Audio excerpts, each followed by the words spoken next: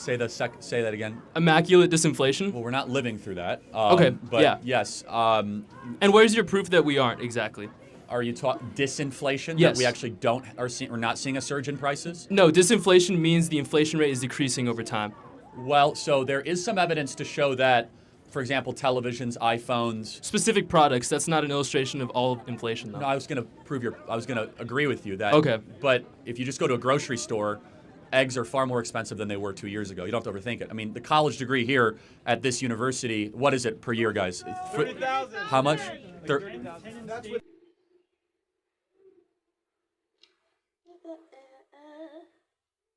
Hey guys, welcome back to my channel.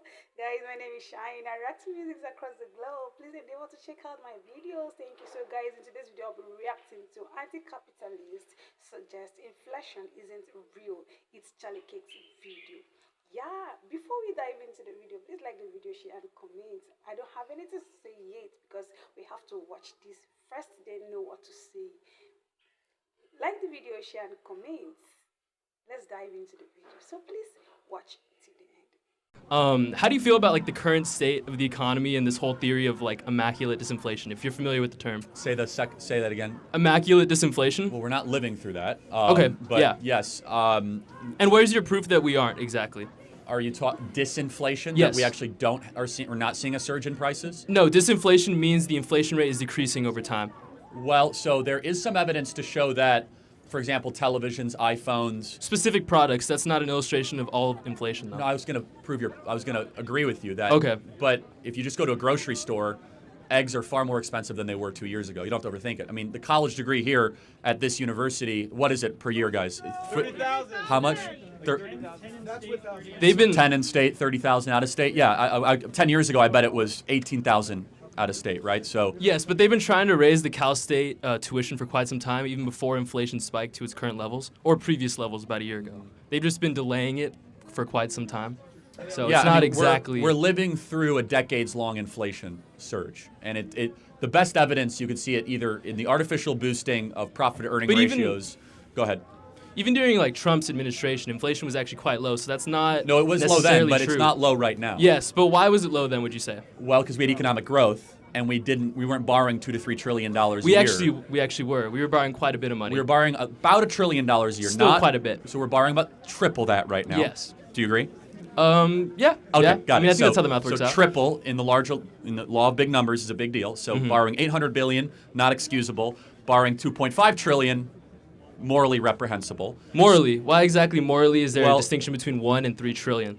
Very arbitrary. Because everyone here is going to have to pay off that debt, and that dollar that you think is going to have value is decreasing by the day. Whether you're pro-choice or Democrat. But inflation is something that's going to occur no matter what. Sorry. Can I finish? Okay. I apologize. It's okay. Inflation is not a guaranteed human norm. That's not true, but I'll get to that in a second. Every single person here, it will be harder than ever for you to own a home. So inflation is immoral because you're going to enter into a housing market where everything costs 3 times as much in the housing market than it did a decade ago. You will not be able to afford a down payment, let alone even be able to build the capital necessary for other goods and services that you might want to build wealth. And you know who does benefit is your parents' generation and baby boomers, no offense, that do own their assets and you won't. And so, secondly, inflation is a choice. It's not built into the human experience. The human experience, sure, but the economic system, especially a capitalist economic system, it definitely is. How would you try to achieve 0% inflation? 0% inflation? Yeah. Well, I wouldn't want 0% inflation. So then it is built in. Inflation... And it is necessary evil. No, I said I wouldn't want it. Okay. Moderate inflation is good for money velocity and for growth. Yes. But you need to manage that versus the growth rate, right? So this goes back to Milton Friedman's idea of the Chicago monetarism. You can laugh all you want. Friedman? Yeah, all right. Okay. What's so funny about Milton Friedman? The fact he's the greatest economist of the 20th century, or qualify? That's I don't know. I wouldn't say he's exactly that. So you're more like a John Maynard Keynes guy. So yeah. Not necessarily. No. I just take a more broad approach than specifically Milton don't Friedman. need to have a central bank. We do have a central bank. Okay. Bold claim. I'll follow you though. You don't need to have a central bank. I used to be very against the Federal Reserve as well. Okay, I'm just saying you don't need to have one, but we choose to have one. The central bank has been overly politicized to try to stop, let's just say, natural economic cycles from occurring. Both administrations, Bush, Obama, Trump, Biden, have leaned on the central bank to use cheap money as a way Yeah. to try to keep Okay. the good times flowing and the good times going. Yeah. Okay, That's definitely for sure. So we don't agree. Well, we don't disagree. Yeah, but here's the other thing I would say. I gotta say, your protesters are kind of weak here, guys. I Aren't they? expected more Aren't out of they? them, right? They didn't seem to have the energy to get all I the way know. to the I front. thought they'd have more. Yeah, I like it. Please keep going. Yeah. I will say though, going back to the mortgage rates, as you were saying, I would say that probably has a lot more to do with private equity buying up homes than the inflation rate. Well, hold on. There's two parts to that. I'm not talking Okay. just about mortgage. Interest rates are up. I'm talking about just the asset price itself. That too, I would say it's a lot more related to private equity buying up homes. But why is private equity doing that? Because they have so much cheap money that we've put into the system, they don't know what to do with it. Now, I think we could agree, actually, there should be laws against BlackRock coming in and buying single-family homes and renting them back. You should not be a society of renters. It's bad for society. Yes. So we can agree on that. I say yes, that as a for conservative. Sure. It's bad for the human experience Good, and for yeah. generational flourishing. But when you open up the guzzle of cheap money, which we have done, especially post-COVID, there's a price to that. And the price is that your currency gets weaker. Okay. And we're seeing that right now. Yes. So would you say that it was actually necessary in order to get out of the huge recession we experienced during the pandemic, to... No, I think we should have just opened up the economy. We never should have locked down the country. Okay. So we never should have borrowed the $6 trillion. We never should have done the stimulus stuff. It hurt every single one of you. It increased suicide rates, depression, anxiety, fiscal problems, economic problems, political problems. I could definitely agree with that to some extent. But would you say even in, say, 2009, lowering the interest rates to zero in that sense, was that Well, we didn't necessary? go to zero. We didn't. We went down, believe it or not. We went to 5%. COVID, we went to near zero. Yes. But no, I have a contrarian view on 2008. I think we should have let the banks fail. Ooh, okay. And I think we should have. I think we actually should have allowed the market to solve it, not to have socialism for the rich and you know what? brutal capitalism for the working class. I totally agree with that. Okay, so totally agree with I that. think that Wells Fargo, Goldman, I think that Lehman and the big banks that failed should have had to actually climb themselves out, or you destroyed a moral hazard, is what you did, and zero executives went to prison. I agree with Elizabeth Warren on this. None of these robber barons that did what they did in 08 served federal prison time. Meanwhile, and I will use a political statement to contrast it, grandmas that went into the Capitol on January 6th and took selfie videos are in federal prison. You ask me who's a bigger threat to democracy? Wall Street executives that bankrupted our economy in 2008 are a bigger threat to our country than people that walked into the Capitol building and took a selfie. Now, let me ask you this. I don't know if my memory served me correctly, but who was...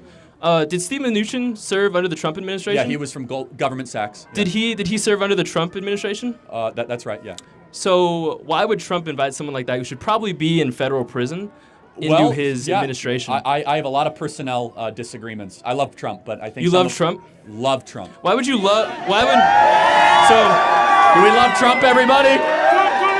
So to ask a broader question, why would you love any politician? They have a job to do. Why be emotionally attached? In that sense? And I don't say this lightly. I do have a friendship with him. I've gotten to know him over a couple of years. Okay. So and disclosing bias. 100% biased. And so I also think whether you hate him or love him, he's a once in 100 year. But why would you hate him or love him? He just has a job to do. Well, I also love what he did as country. As president for the country. So would you say though that you're probably more of a fiscal conservative? Me? Yeah. Yeah, and I probably his borrowing was one of the two. So three things, if you want to just be full disclosure, that I think President Trump could have done better, and I think he will do better. Fiscal deficit spending. Okay. Why do you think he will do better? Let me get to all three. Okay. COVID and certain personnel choices. Okay. Okay. Those are the three things, and I could list 100 accomplishments. Those are three things I think that the first administration, that wasn't their best. Yeah. Why it could have been better? I think that he's got the world against him, and if he becomes president again, which the 50-50 shot he will, he's going to set the world on fire. I would say he's a little bit too egotistical and emotional to really counter the world being against him. He seems to react a little too emotionally to these kinds of things. I don't want to get too deep into it, but you're not gonna convince me on negative Trump stuff. So okay, interesting. So your mind isn't necessarily that open. Doesn't this change my mind? You could try. Okay. I mean, you're not gonna. But didn't you just say kind of up front that I'm open-minded to hear it. I'm just saying you're not going to change my mind on that stuff. Okay, so then what is it that's leading you to think that Trump is going to have better decision-making in this next term, specifically when it comes to borrowing? Because Because he is Probably going at to. an assess. I mean, I don't know, and honestly, Okay. there's Okay. little evidence except the fact that Just a little intuition. we're going to have a debt crisis, the likes of which the country's never seen, and he's going to have to address it. We need to have severe cuts in the federal budget. We need Okay. to push So would you say that the downgrading of America's credit rating is more related to our national debt or the inability to handle it in a mature way?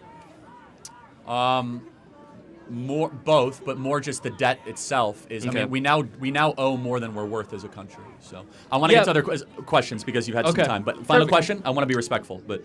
So I guess if you think that that's an issue that we have more debt than say our current income? Well, we do. Well, yeah, but if you would just say the value of the country. of course, we control our own currency, and our currency is Yeah. Are you a the modern number one monetary theory reserve guy? So. Yeah. Okay, yeah, so- It's the number one reserve, so that gives us a lot of wiggle room. It's decreasing. It used to be 75% of the world's reserve currency status 20 years ago. Now it's 55%. I would say Do you know a lot. about BRICS? You know BRICS, right? BRICS. Yeah, I do. BRICS is creating an alternative. I think they're a paper dollar. tiger. Okay. I actually hope you're right. I don't believe I that hope you're right. India, China, South Africa, and Russia could ever work together to create their own I hope you're right. unified currency. I just hope we're not too prideful. Definitely a paper tiger. Thank you.